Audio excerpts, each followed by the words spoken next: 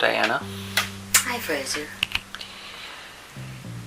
This segment we are exploring your creative journey, and your creative journey specifically through the times of trial and error, the times of experimentation, the process of trying new techniques, new styles, experimenting, finding things within different genres of your painting, your work, that are meaningful and symbolic to you. This segment is kind of dedicated to the creative process, and not necessarily one style, but how have you been able to express yourself? And yeah, we've compiled a number of different plates which have a number of different genres of your painting, and it's interesting to see what you've covered. Right. How do you feel about that? Well, as I look over some of these very early pieces, right back to the beginning of the 80s, it just brings it all back to me, what the journey was really about. I think we get so inside in ourselves in the moment of doing, and then in retrospect later, I'm going, oh my God, I remember that period, and knowingly and unknowingly, it either felt right or it didn't, and I was so prolific in doing my work and experimenting that some of these pieces that one sees right now, it went nowhere, and then others compiled themselves with other parts of my styles, or I don't even like the word styles, but my way of expressing myself. And some of them joined together, some of them never came up again. With some, there was maybe 5 or 6 pieces that came out of me through that expression. And then others, there were 10, 20, 30, 40. I had lots to say in those particular arenas, and I never knew until I actually did it. And now, with all the work that you and I have done to compile many, many years of my portfolio, I feel like I'm actually hitting a very new level again of my art. I will never be over until this body dies, I suppose.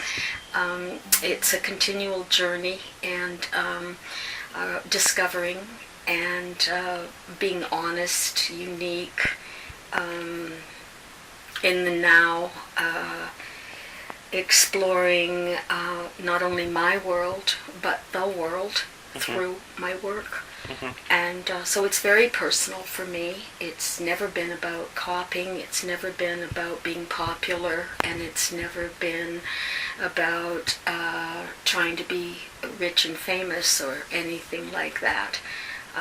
I do believe that we should be getting a fair paycheck for the work we do as artists, and I don't think that has happened yet in our world without an artist having to leave his studio and go out and make himself known, and I don't think that's right.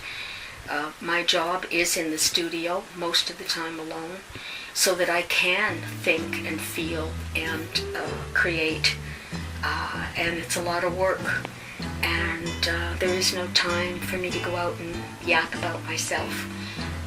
So I feel like I'm at the beginning of another level, a deeper level of my journey, and that it's been a fascinating, hard, rewarding, tearful, wonderful way of me sharing my language with the public. Well, as we cycle through photos on video, we see a number of different expressions, like you said, and the one you're seeing right now, those were the first paintings to ever be public.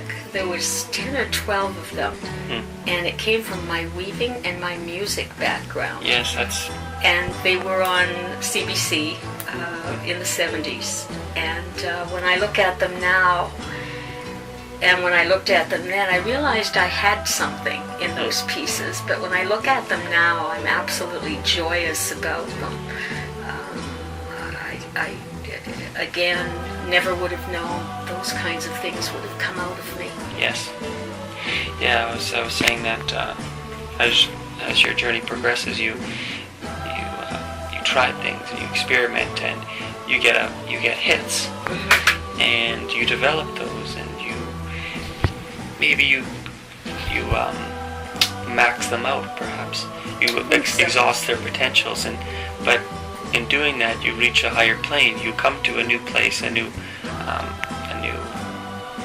let's say viewpoint, and you can reflect on what you've experienced and what you're experiencing in the moment, and now you have a new opportunity to express it in a different way. It's true. You've expressed, let's say, similar symbols in a different way. You've expressed similar symbols in a different way, and but there's each different object, each different symbol, each different let's say model of your painting. It has multi dimensions. You can see it at a different level, and yeah, it's as your individual being rises in your personal development, the light that you shed on your subjects also changes, and absolutely. And I'm in a very different phase of my life now. I backed away from the public, and I have a very peaceful and wonderful existence in my personal life. And maybe no one knows that yet, but it's Fraser and I. And we are very, very compatible in ourselves as people, as well as a lot of the work that we do together. And it's a new time. I'm finally living a life that allows me even more space for creativity. We live in a very sanctuary-like area in British Columbia, and it's wonderful. And so we'll see what comes out of the next quiet time with my work, and hopefully again I can share the journey with others. Great. Thanks, Diana.